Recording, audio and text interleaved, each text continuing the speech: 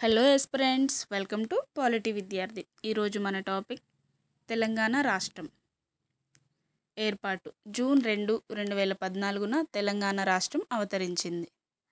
స్థానం దక్షిణ భారతదేశంలో దక్కన్ పీఠభూమిలో ఉంది.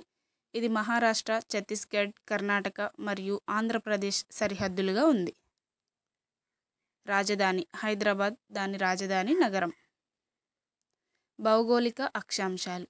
ఇది అక్షాంశాలు 15 డిగ్రీలు 50 నిమిషాలు 10 సెకండ్లు నార్త్ నుండి 19 డిగ్రీలు 55 నిమిషాలు 4 సెకండ్లు నార్త్ వరకు మరియు రేఖాంశాలు 77 డిగ్రీలు 14 నిమిషాలు 8 సెకండ్లు ఈస్ట్ నుండి 81 డిగ్రీలు 19 నిమిషాలు 16 సెకండ్లు ఈస్ట్ వరకు విస్తరించి ఉంటుంది.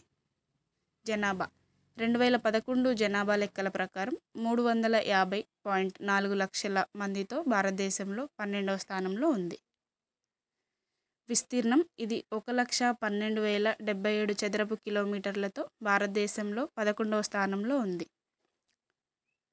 నదులు ప్రధానంగా గోదావరి మరియు కృష్ణా నదుల ద్వారా పారుదల వరుసగా 79% మరియు 69% పరివాహక ప్రాంతాలు ఉన్నాయి.